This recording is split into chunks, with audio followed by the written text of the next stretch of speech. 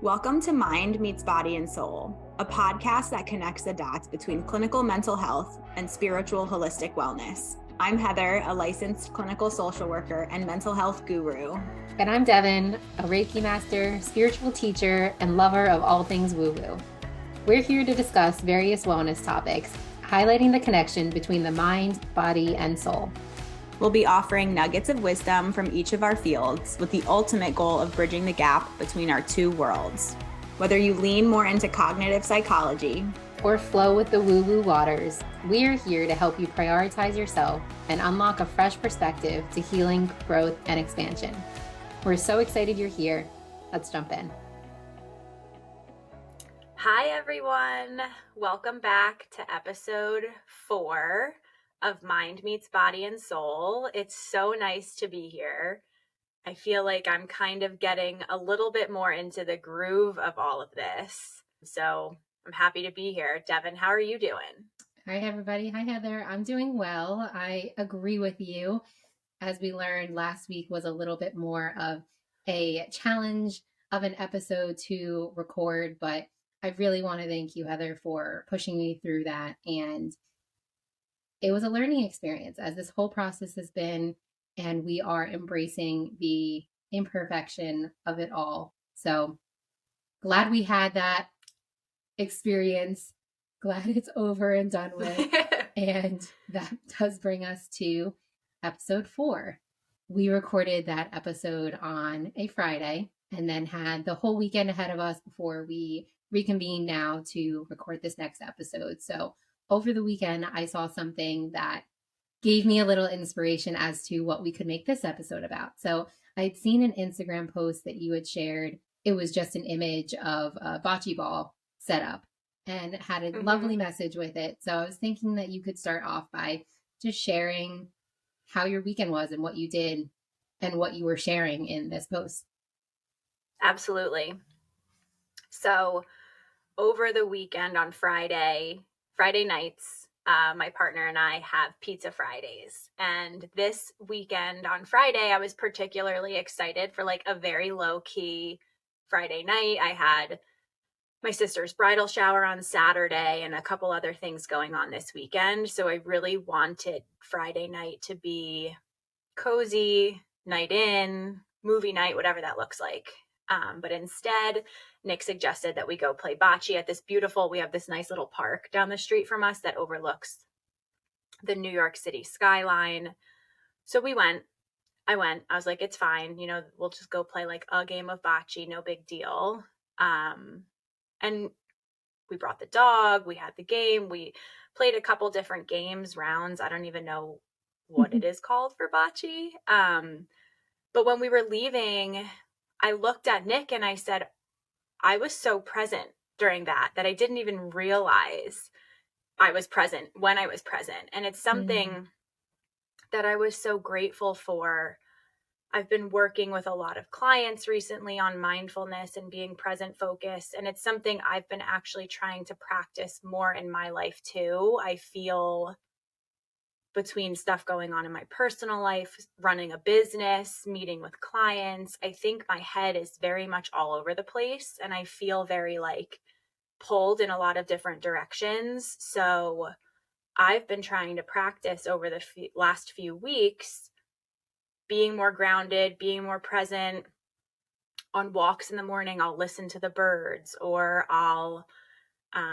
the other day I was eating a salad outside and I actually was like noticing the warmth of the sun was like heating up my like black leggings. I was, I'm just trying to do different things to practice present focused awareness. And I really experienced that Friday night, like true presence. And it was so fun and I'm so grateful.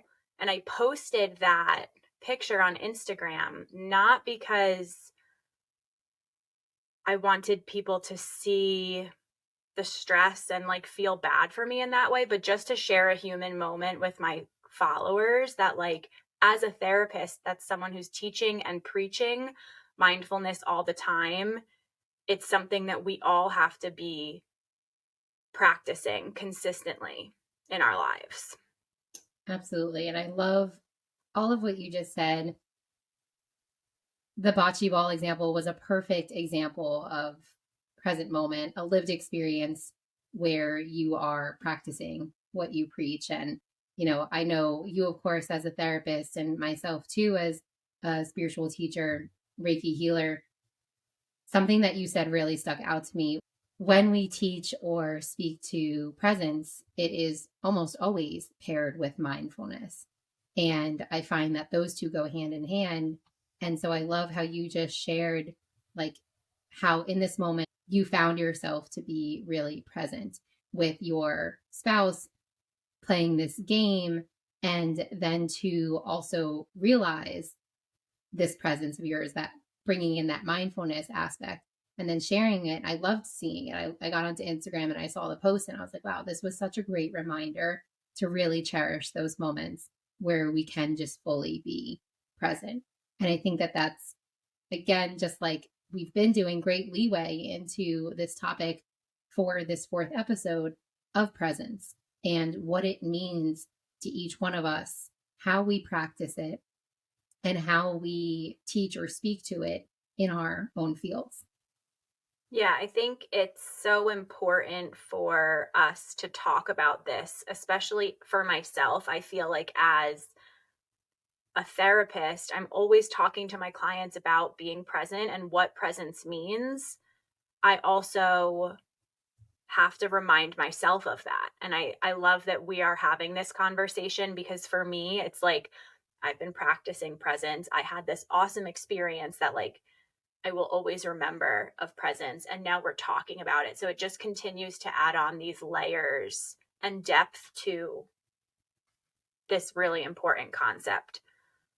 So Devon, what does presence mean to you?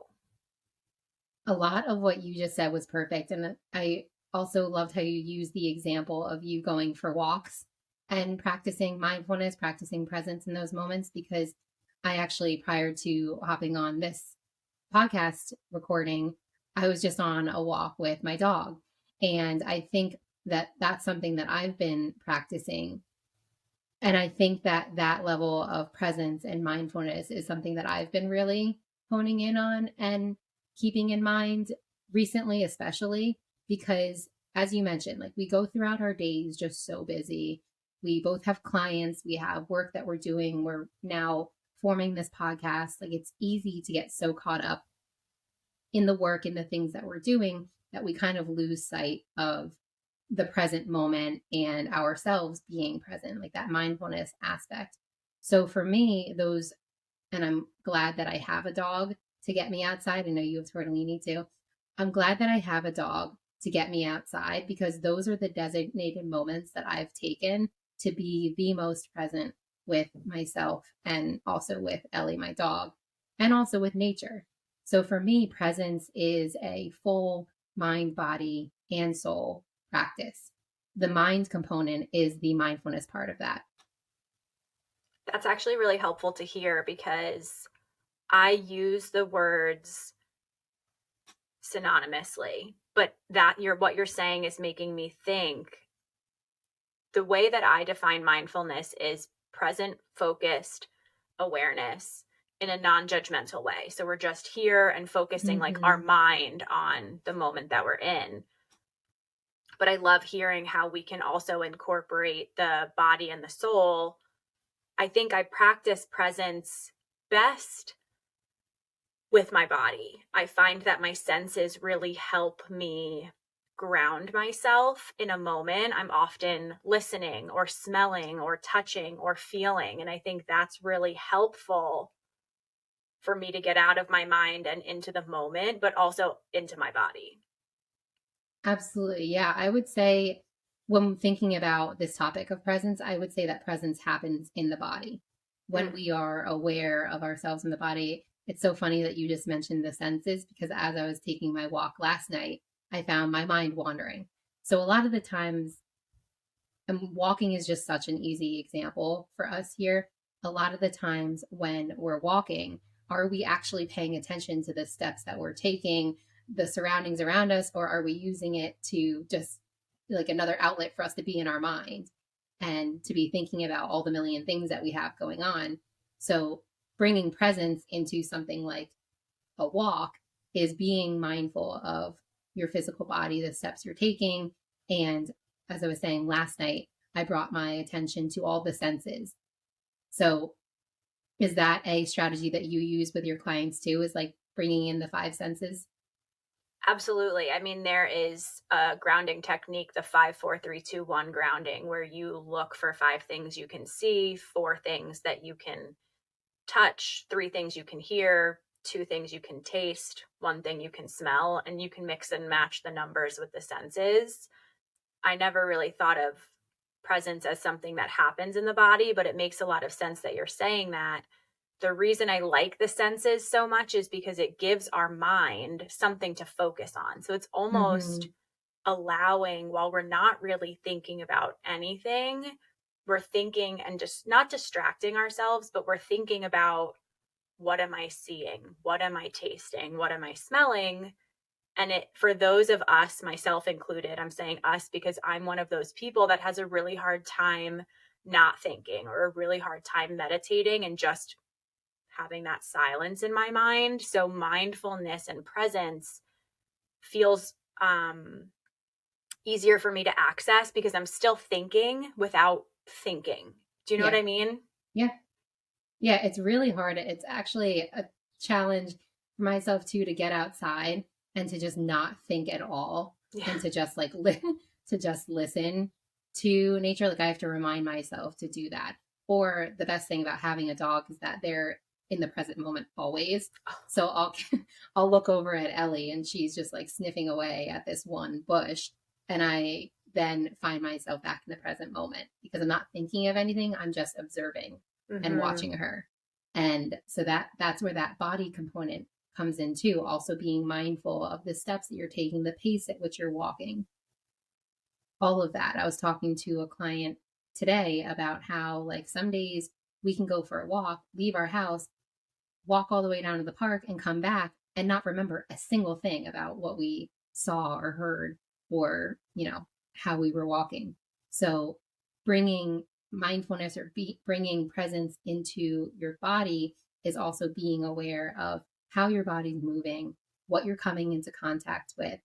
And then the soul piece of that, like the spiritual piece of that, is in bringing your awareness to the things around you and how like life is happening all around us. You know, when we are not present, we think that like we're the only ones right now that are living, that are alive. But then when you expand your perception of the present moment, you'll see that there are birds chirping and communicating with one another. There are squirrels collecting nuts and running up trees. The breeze is making the branches and leaves, you know, sway. And then there are so many people just coming and going.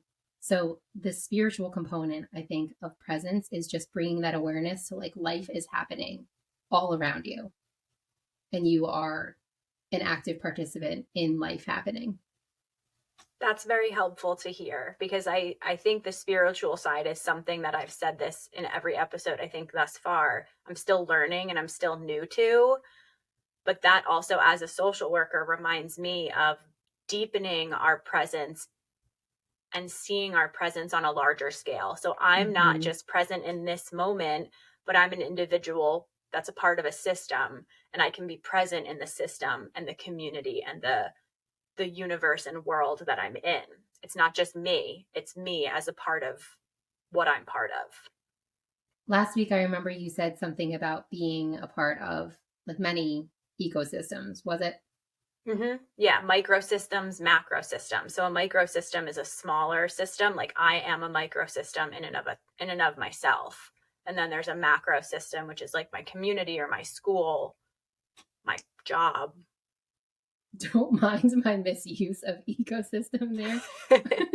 Yes, micro and macro system. And that's the same thing. I mean, again, we talk about like, or we think of spirituality as being this woo-woo thing, but it's really not. Like the truth is that yes, we are all a part of something so much greater than ourselves. So presence on the spiritual level is just bringing that awareness to you being a small part of something bigger, It's funny. I'm laughing while you're saying that too, because we live, you and you, Devon, and our audience might sometimes hear like the noise in the apartment building that I'm in. But sometimes I find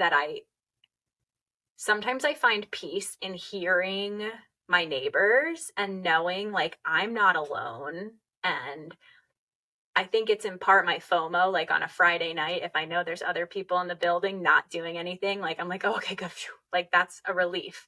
But it does also bring me peace to know that there's like other people around and I don't know them, but we're like coexisting in this way. So I think I have kind of experienced to some extent that spiritual presence without even realizing like that's what it is. Mm-hmm. And then too, bringing in the mind component, the moment that you recognize that sound, the moment that you realize that life is happening around you, that is the mindfulness of the present moment. Yeah, I'm not quiet because I'm ignoring you. I'm just like absorbing this conversation. I think it's a good one. Yeah, I think so too. And something that people or a lot of us struggle with on a day-to-day. Yeah, absolutely. My therapist, so a therapist in therapy, imagine that.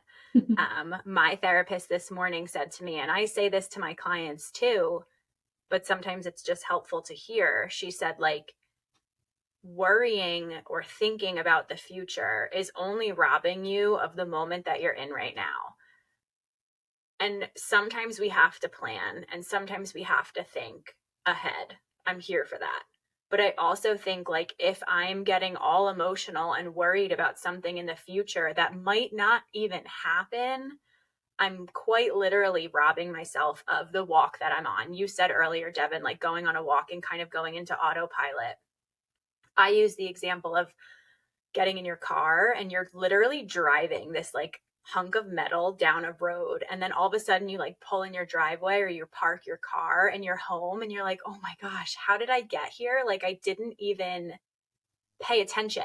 I just like quite literally went into like autopilot on that ride. And if we can listen to a podcast, like, or play a song or put our windows down and hear something outside, I think it's just putting us back in that moment, and we don't lose time. We don't waste time. We don't rob ourselves of like this valuable time that we have here. Instead, we're choosing to redirect our attention and sit in our body and be with our spirit and like be here.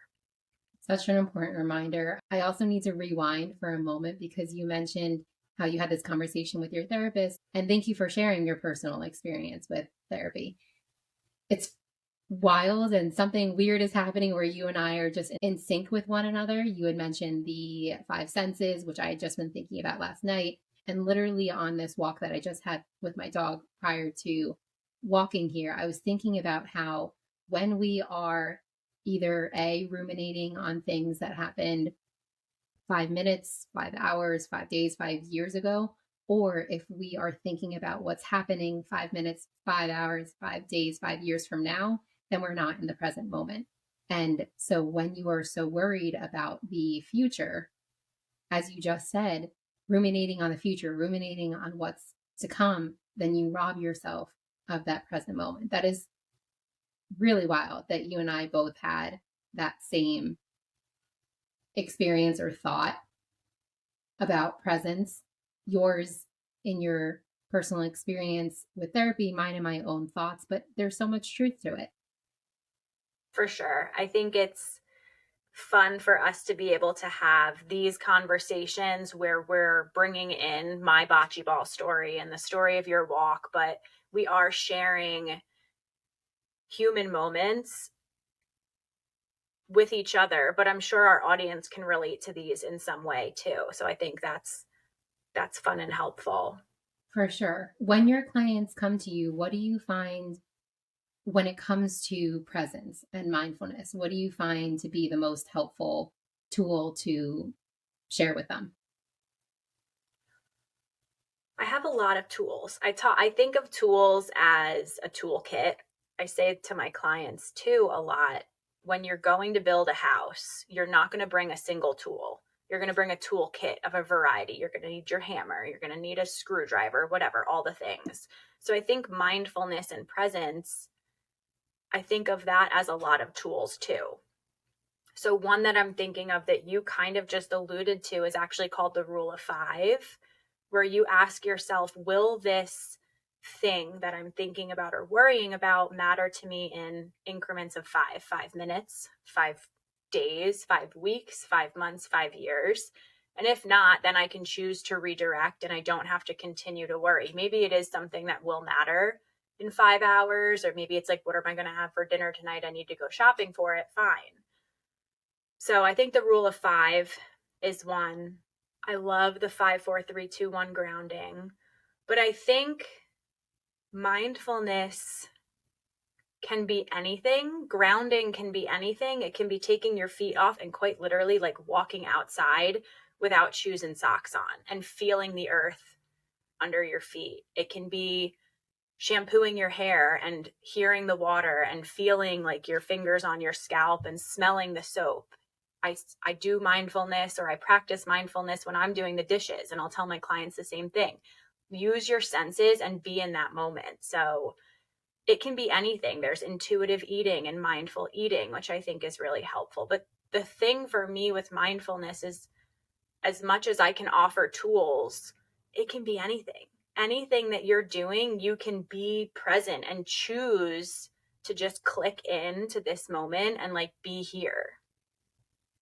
Absolutely. And you just gave such a wide range of tools and strategies, many of which I would have given to or I use with my clients too. So it's just great to see that across both of our fields, we're using the same tools, because mindfulness presence is not exclusive to any one form of therapy, of healing.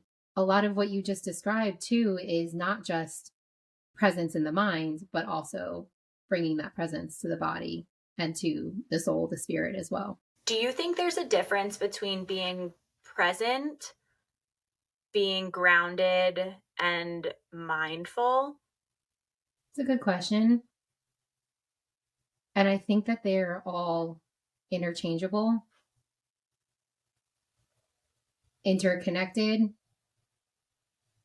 And so I don't know if I would say that there is a huge difference. Like maybe present is the umbrella, and underneath that is mindfulness, grounded. Does that make sense? Yeah, it does. I don't have an answer to that. I was just thinking as we're talking. Same. And as you were explaining it, I was also kind of thinking that they are 3 words I use interchangeably, and they're kind of related to what we're talking about here. Like mindful is the way that we can be like cognitively present. Presence to me gives like a spiritual sense of like I'm present and aware. And then grounded is like I'm quite literally like grounded and standing and in my body. Like grounded to me gives more of like a bodily presence. Mindful gives like that cognitive mind presence, and then presence kind of gives, I almost am picturing like an aura, or like the spiritual presence. So it's interesting, and I just thought of that as we were talking, but I think they are interchangeable. No, thank you for offering that. And to add on to that too, if, for example, present is the umbrella term, then the mind, as you said, mindfulness, the body grounded, maybe the spiritual component of that is aware or connected. Connection's a good one too, because I thought that. Yeah. So if it's umbrella term, present, the mind is mindfulness, the body is grounding or grounded, and then the soul, the spirit, is about awareness and connection.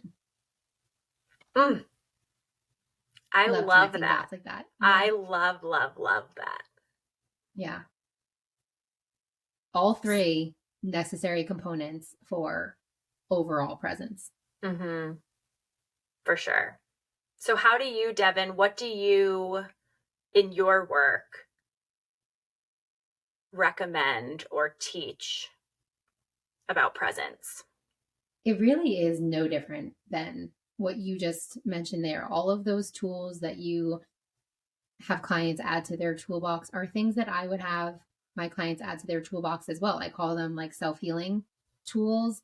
And we have this toolbox so that we can become our own self-healer.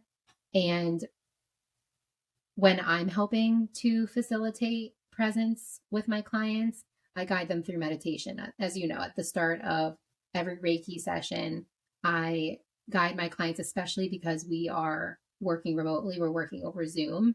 I find that it's helpful to have somebody guiding you through a mindfulness practice, meditation, so that you can bring your full awareness to the present moment, to your body, and then begin to shift out of your mind and into your body.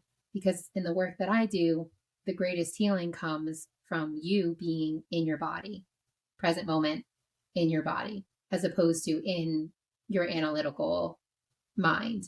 So that's what my presence practice looks like when working with clients. So through guided meditation, a lot of it is bringing that mindfulness to your surrounding area. Any noises that are going on outside of you, any movement happening, and then bringing your attention inwards then to your physical body, to your breath, to any tension that you may be holding in your body, and just letting all of that kind of fade away. And from there, being able to shift into a more relaxed state, a present state, to be able to receive or experience healing. That's hard for me. That idea of meditating and bringing my attention to my breath and my body even have been two challenging areas of this for me. So I just want to add in here, I think of presence as moments that we will inevitably lose track of. And what I mean by that is I can be present right now, and then my brain is like, watch this. And it like throws this thought into my consciousness, and it distracts me. It takes me away from my breath. So I'm often telling my clients, equally as important to being present is recognizing when that thought pops up, or recognizing when our mind wanders and catching it and then reeling it back in. And that catch and pull, that like flexing that like mindfulness muscle, if you will, I see as just as important as like being present. Because if we can catch and recognize when we're not, then we have the ability to pull ourselves back and say like, okay, here, focus on your breath. Mind wanders off, catch it, pull it back, focus on your body. And I just want to like put in here that like, as we're having these conversations about presence, as the therapist in the conversation, it's hard for me too. And it's okay that it's hard. So if nothing else, maybe focus on like catching yourself when you're in a mind wandering moment and trying to flex that muscle of pulling it back and be here. One of my go-to teachers on presence is Eckhart Tolle. And in his book, The Power of Now, he has a quote that has always stuck with me that just lined up perfectly with what you said. This quote in the book says that the moment that you recognize that you are not present, you are present. So the same exact thing, the moment that you bring that awareness, or you have that consciousness of, oh, yes, that's my mind starting to wander, and you reel yourself back in, that is you being or becoming present again. Mm-hmm. So I fully agree with you that equally as important, as much as we would love to be present 100% of the time, it's just not realistic. We do have things in the past that are important to revisit, reprocess. We also do have to be mindful of things coming up in the future, because of course we can't just always live by the seat of our pants. Mm-hmm. Yeah. And I think the goal is that you find yourself more present than ruminating in the past, worrying about the future. There was a study that Harvard researchers did I don't want to misrepresent their findings, but it said that like mind wandering is such a normal part of our human experience. I think it's between like 40 and 50% of our time is spent mind wandering. We just think and spend so much time in our heads. And I'm sure social media plays a part in that. I'm sure for me, maybe you too, Devon, like growing up in New Jersey, it's very fast paced here. Like there are factors that contribute to that. But it's also a human function. We do it when we're bored. We do it when we're tired. We do it when we're worried or stressed. And that's fair. I think I want to drive home from this conversation. Be aware of it. Be present about it and try to catch it and pull yourself back.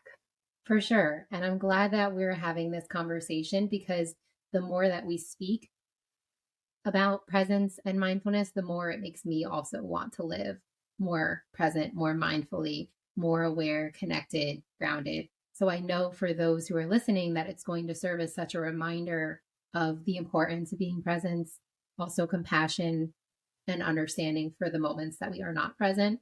And hopefully having these tools and strategies that we've both been offering will help our listeners live more mindfully and with more presence. Yeah. I couldn't agree more. I think the cool thing is that we're both here as wellness guides, healers, teachers, having like this human conversation about not only how we support our clients, but like our personal experiences with mindfulness, presence, connection.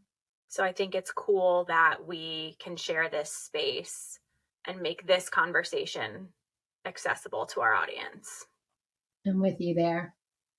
And with that, I think we wrap up episode number 4. This was such a breath of fresh air compared to last week. I will say that. Yeah, no, I agree. Last week was rough, but we're here and we're doing it. We're finding our leaning flow. in. Mm-hmm. Finding our groove. So Devon, to wrap up this week's episode, it is your turn to look at your vision board and share with us what it is that is calling out to you. I really love this practice. I really love this way of ending things. So fun. The first thing that comes to mind is reframe your thinking. And I think that's a lot of what we've done today. We've shared what presence meant to both of us. We also created this chart for ourselves, this umbrella term of presence and what falls underneath each one of those, and then offered tools and strategies and also a reframe on presence. It's not that the goal is to be present 100% of the time, but to be present more often than you are not, and to also celebrate yourself when you realize that you aren't present. I love that. So on par with this conversation and so on par with what I hope we are able to continue to do in sharing these conversations and dropping these episodes weekly. So well done. I love it. Yes. Thank you everyone so much for tuning in to episode 4. We hope you enjoyed, and we'll see you next week. Talk to you soon. Bye. Bye. We are so glad that you took the time to share this space with us. We'll be releasing new episodes of Mind Meets Body and Soul every Tuesday, so be sure to give us a follow and share this podcast with those you love. To connect with us and join our communities, head to the show notes where you'll find our contact information and individual websites. Until next week, stay grounded, keep growing, and trust that everything you seek is unfolding for you.